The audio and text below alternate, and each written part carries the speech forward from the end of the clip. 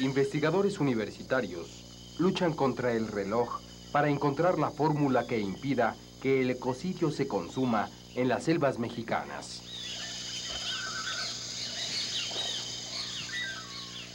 Allá, en lo más recóndito del territorio nacional, donde los bosques tropicales sientan sus reales, la muerte por extinción amenaza a la vegetación. De las grandes zonas selváticas que antaño fueran característica principal del sureste mexicano, hoy solo quedan sin afectar pequeños reductos. Se estima que en el país solo queda alrededor de 10% de las selvas originales. Las selvas primarias se reducen a la selva lacandona en Chiapas, la frontera de Chiapas con Oaxaca y Veracruz y algunas zonas aisladas en Campeche, así como la zona de los Tuxtlas en Veracruz. Todo lo demás es terreno de uso agropecuario.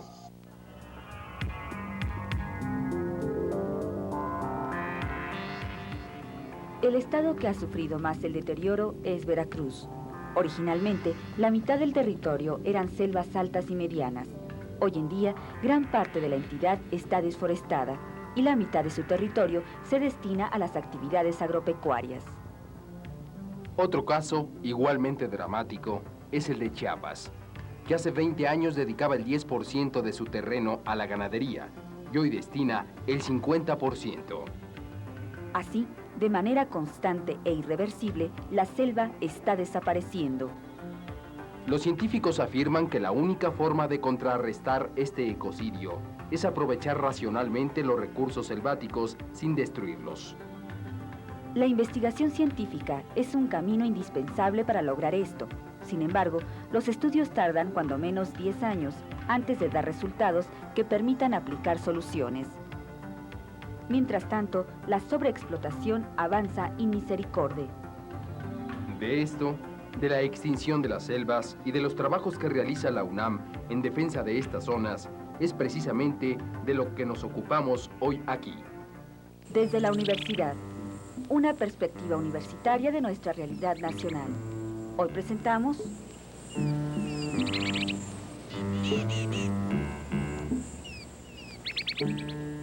La selva, un recurso en extinción.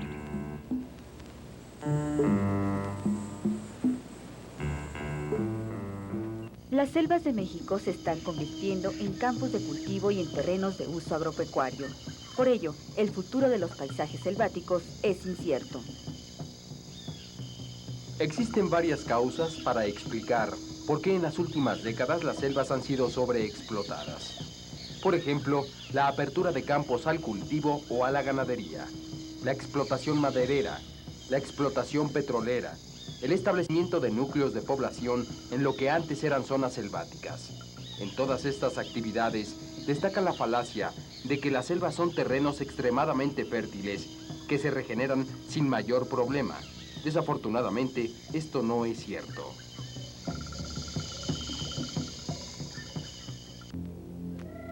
La selva es uno de los sistemas naturales que transforman con mayor eficiencia la energía solar. Casi todo lo que comemos proviene de esa capacidad de las plantas para capturar la energía solar. Las plantas no solo producen alimentos, sino también fibras como el algodón y la lana, que en última instancia no son más que pasto procesado. De las selvas y bosques proviene también la madera para la construcción y hasta el petróleo conformado por plantas de selvas que existieron hace millones de años y se acumularon después de morir en depósitos subterráneos. Desafortunadamente, la ambición del hombre por obtener el máximo de ganancias lo llevan a usar las selvas como si fueran minas. Se piensa en los beneficios que se obtendrán a corto plazo, pero se olvidan los perjuicios que se heredarán a las generaciones futuras.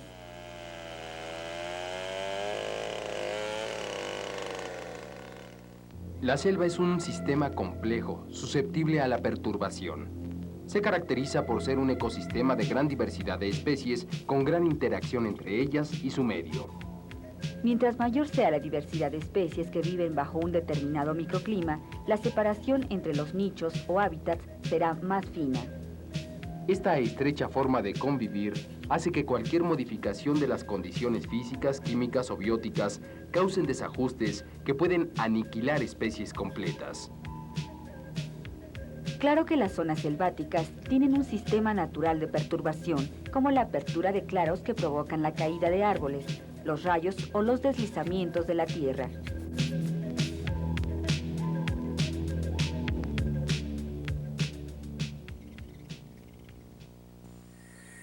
Contrario a lo que tradicionalmente se ha pensado, las selvas constituyen sistemas bastante dinámicos y con frecuencia en desequilibrio.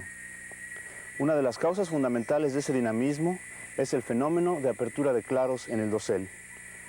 Los claros son fenómenos creados por la caída de árboles que generan una serie de condiciones ecológicas totalmente diferentes en la condición general de la selva, y mucho de la ecología de plantas y animales está generado por este fenómeno de apertura de claros. Cuando un claro en el dosel se abre, muchas plantas toman ventaja de las nuevas condiciones y se establecen en los claros. Este es el caso de plantas como este, que llamamos plantas pioneras. Otras plantas que persistían en las condiciones anteriores también toman ventaja de las nuevas condiciones y logran desempeñarse en forma mucho más eficiente. Ese es el caso de plantas como esta palma. En esta estación estamos llevando a cabo proyectos de investigación sobre las consecuencias del fenómeno de apertura de claros para las plantas y animales que habitan en la selva. Así, tenemos sitios permanentes de observación como este, en el que estamos analizando el desempeño y la ecología general de plantas que invaden los claros.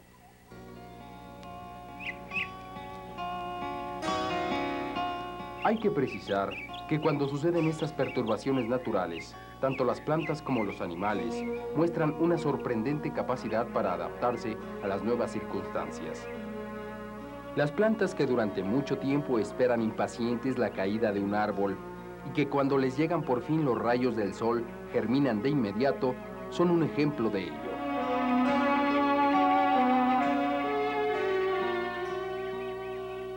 Pero existe otro proceso perturbador, el realizado por el hombre cuando explota irracionalmente recursos vegetales tales como las especies maderables o cuando caza ilegalmente animales como los jaguares, los tucanes y las mariposas.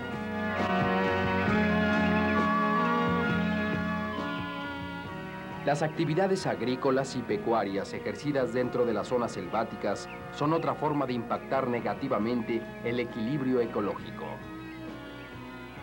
Los efectos de la perturbación humana se observan en la reducción de los bosques primarios. Esto se debe a que la capacidad de un bosque para recolonizarse es limitada en tiempo y espacio. Esto quiere decir que le toma mucho tiempo al bosque volver a poblar cualquier zona afectada, sobre todo si esta es grande. Además, dado que la explotación agropecuaria ocurre rápidamente y en forma extensiva, la cantidad de especies perturbadas es grande, aún en áreas pequeñas. Así está la selva hoy en día. Tal parece que su futuro es convertirse en campos de cultivo.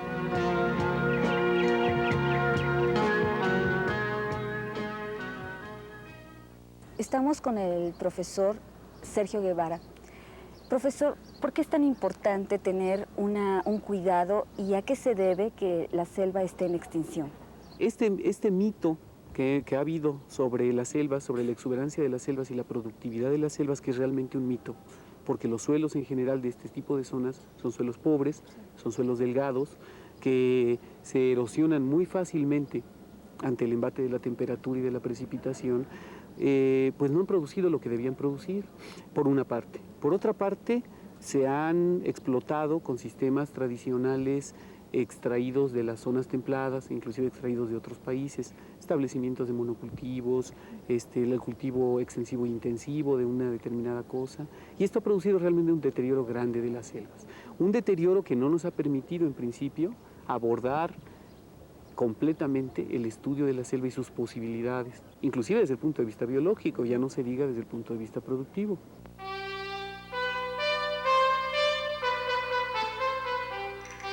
La invasión a las zonas selváticas comenzó desde la llegada de los españoles a México al impulsarse la producción de azúcar para enviarla al Viejo Mundo. Las haciendas cañeras afectaron seriamente las costas de Veracruz, Jalisco, Colima y Nayarit, ubicadas en el corazón del trópico húmedo. Tiempo después, al abrirse campos para el café y el tabaco, aumentó la degradación de la selva. Durante el Porfiriato se inició la explotación de campos chicleros, así como las primeras deportaciones masivas de indios yaquis y mayos de Sonora a Quintana Roo. Así, dio principio la espectacular colonización de los bosques tropicales de la península de Yucatán. También durante el Porfiriato, la explotación desmesurada de las maderas preciosas fue otro factor importante que exterminó una parte considerable de las selvas. Durante el gobierno de Lázaro Cárdenas, se ocuparon las zonas tropicales del sureste de México para crear nuevos centros de población, atendiendo así a los programas de colonización de aquella época. Luego aumentaron los centros de población ejidal en Tabasco, Campeche y Quintana Roo, con migrantes de otros estados como Zacatecas. La respuesta emocional de estas personas provenientes de las zonas áridas ante un entorno radicalmente diferente al suyo se manifestó en los estragos que causaron a los bosques. Cada vez que los inmigrantes del norte sembraban maíz, derribaban grandes espacios boscosos. Esa era su forma de cultivar. La primera cosecha en campos desforestados es buena, la segunda es regular, pero en la tercera la producción casi desaparece.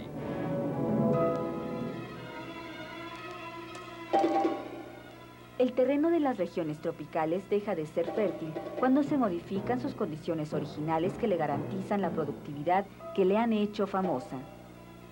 Al mirar el esplendor de la vegetación, donde predominan los árboles de 30 metros de altura y la espesa masa vegetal, uno piensa equivocadamente que se encuentra en tierras de una fertilidad infinita.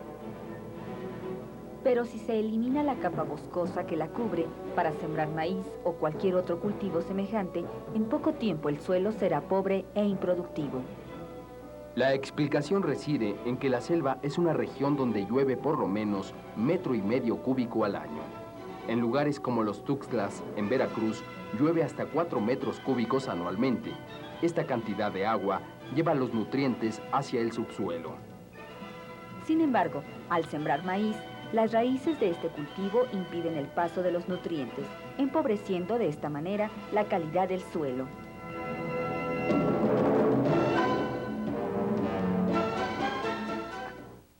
Estamos en el Instituto de Geografía con la doctora Tere Reina. Doctora, ¿cuál es el impacto que sufre la selva a la penetración humana? En este caso, ¿podríamos decir que se encarga de una destrucción? Desde luego, la llegada del hombre a las selvas, sobre todo del sureste mexicano, sí han tenido unas perturbaciones muy altas. Hace algunos años, por ejemplo, parte de la población purépecha de Michoacán fue desplazada hacia las selvas del sureste mexicano, particularmente de Quintana Roo, parte de Tabasco. Estas personas estaban acostumbradas a darle un manejo diferente a un bosque de coníferas con el cual habían tenido siempre un contacto directo. Al llegar, por ejemplo, a estas zonas nuevas, no supieron manejar, no sabían qué hacer con elementos que no desconocían, que ellos desconocían totalmente. De tal suerte que fueron perdiéndose superficies considerables de estas selvas. La otra de las prácticas comunes que tenemos aquí en este país es la práctica de la roza tumba y quema. Es decir, que durante 2 o 3 años deforestamos una zona para normalmente utilizarla dentro de la actividad agrícola. Desgraciadamente, estas zonas rápidamente pierden nutrientes, los suelos se empobrecen rápidamente y hay que abandonar esta zona ya sin su vegetación, sin su cubierta natural, para emigrar y nuevamente buscar una superficie arbolada para talarla e iniciar nuevamente la actividad agrícola.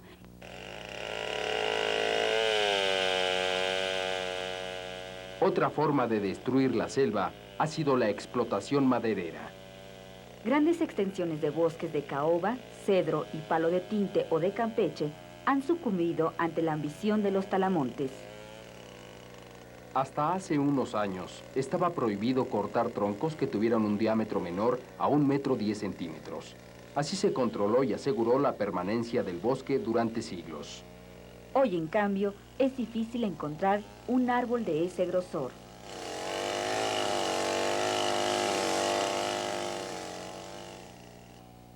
Ya fue en el 70, ya se declaró lo que es biología.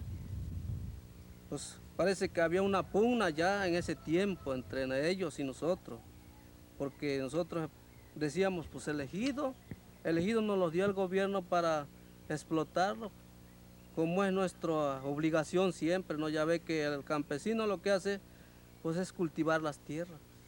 No sabemos el árbol que contenga. Talamos y hemos seguido talando. Pero ya del 70 para acá ya se ha venido descubriendo, pues un muchacho que trabaja aquí con ellos. Ya él me ha dicho también para qué hacen las cosas del estudio, los biólogos, para el árbol, que para las flores que hay ahí, ahorita que lo andaban viendo, ¿no? Pues las orquídeas nosotros aquí no las conocíamos. Veíamos como como a decir, un hongo ahí pegado en el palo, ¿verdad? Y venían pues los campesinos pues, a talar el palo. Viene la lumbre abajo y a quemarse. Nosotros, nuestro interés por las tierras es cultivarlos, sembrarlos de maíz, frijol, o de lo que se siembra, como siempre. Aquí en el estado de Veracruz se siembra muchas clases de plantas, ¿no?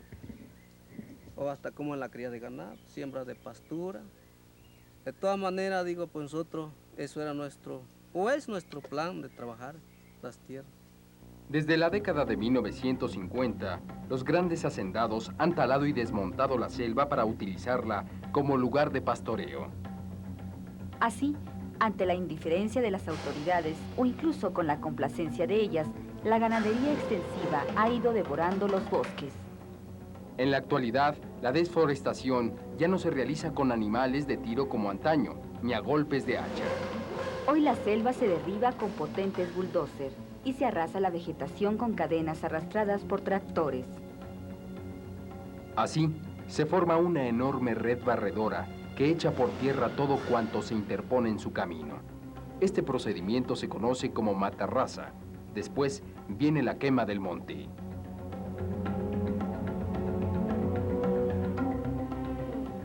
Con el desmonte desaparece todo: insectos, reptiles, flores, matorrales, arbustos, todo.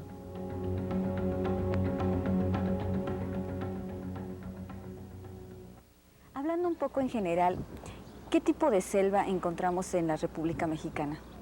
Bien, el término de selva lo que designa es un tipo de vegetación forestal con una alta diversidad de especies. Esto es, la diferencia entre los bosques y las selvas en la denominación que utilizamos en México, lo que hace es separarnos un tipo de vegetación que contiene muy pocas especies, que es el caso del bosque, con un tipo de vegetación que contiene un gran número de especies, que son las selvas.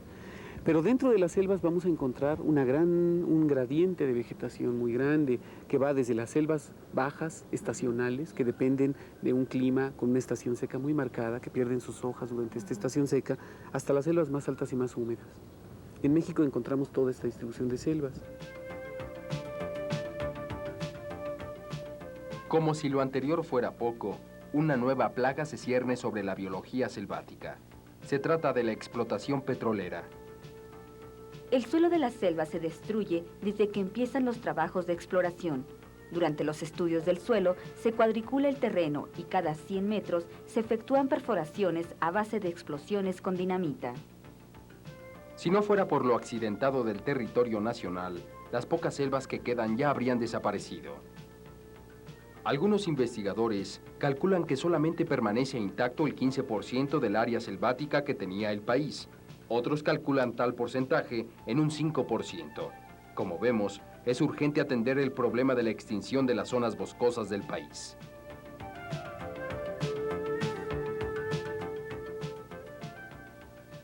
Entre las diversas acciones que se han emprendido para contrarrestar esta situación, destacan los trabajos de investigación que realizan los científicos universitarios. Actualmente la Universidad Nacional Autónoma de México cuenta con las 2 únicas reservas naturales de bosques tropicales que existen en el país. Se trata de las estaciones de Chamela y Los Tuxtlas en Jalisco y Veracruz, respectivamente. La primera de ellas, en las faldas del volcán San Martín, tiene una extensión de 700 hectáreas. Chamela representa un ejemplo de lo que se conoce como selva baja caducifolia, porque sus árboles no rebasan los 10 metros de altura y su precipitación pluvial no supera los 900 milímetros al año. En esta reserva se realizan diversas investigaciones, entre las que destaca el interés por conocer la forma como funciona la selva en su estado natural y cómo afecta su comportamiento la acción del hombre.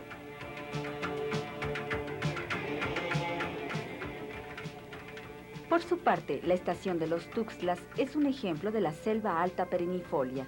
En esta se presenta follaje todo el año y sus árboles alcanzan hasta 40 metros de altura. En esta región, representativa del trópico húmedo, las lluvias son todo el año y su precipitación alcanza los 4 metros. La riqueza vegetal y animal de este lugar se observa por todos lados. Aquí hay más plantas vasculares como árboles, arbustos y epífitas que en todas las islas británicas.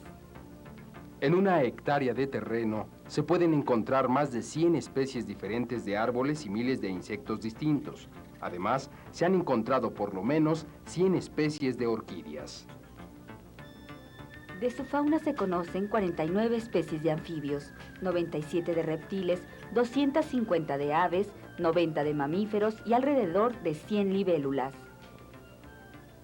La investigación en los Tuxtlas está orientada a conocer el funcionamiento de los ecosistemas tropicales, el comportamiento de las especies animales y vegetales y la productividad de las plantas.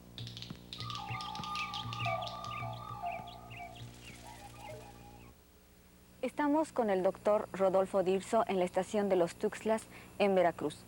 Doctor, ¿por qué es tan importante que la universidad tenga un centro de investigación, en este caso Los Tuxtlas, y qué tipo de investigaciones se están haciendo actualmente aquí en la estación de Los Tuxtlas?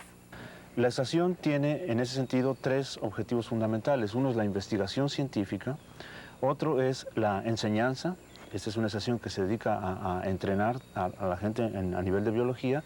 Y por otro lado está el objetivo adicional de divulgación del conocimiento, es decir, educación al público en general sobre aspectos de biología.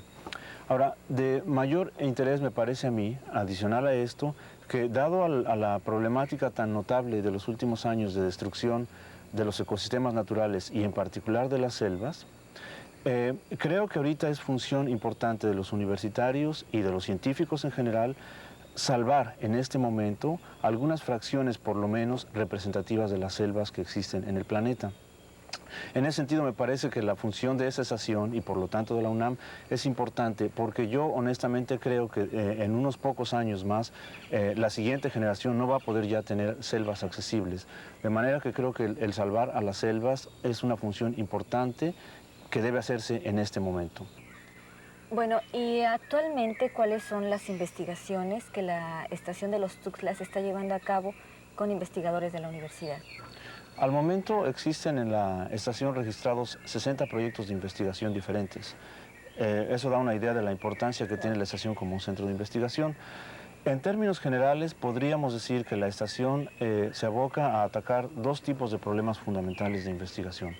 Por un lado están los proyectos que tienen que ver con el inventario biológico y físico de lo que constituye el entorno natural de la selva. En ese sentido me refiero a inventarios florísticos, inventarios faunísticos e inventarios de las condiciones ambientales físicas que operan en este lugar, por ejemplo, detalles muy específicos del clima. Aparte de ese gran capítulo de investigaciones sobre inventarios, tenemos otro gran capítulo que tiene que ver con procesos biológicos que rigen y que determinan la estructura y funcionamiento de las selvas.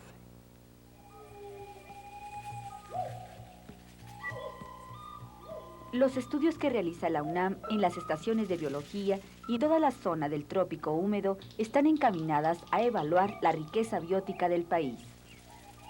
No se pretende con ello buscar que permanezcan intocables e inaprovechables las selvas mexicanas, sino por el contrario, conocerlas mejor para aprovecharlas racionalmente. Las comunidades indígenas del sureste mexicano aprovecharon sabiamente durante siglos los beneficios de las selvas sin agotar este recurso. Por ello, no resulta digno de la calidad humana la destrucción de estas zonas consideradas como los nichos ecológicos más importantes del mundo. La desaparición de la selva en México y el mundo camina como presagio apocalíptico, del que solo con la investigación científica y con un cambio en las políticas del campo podremos librarnos.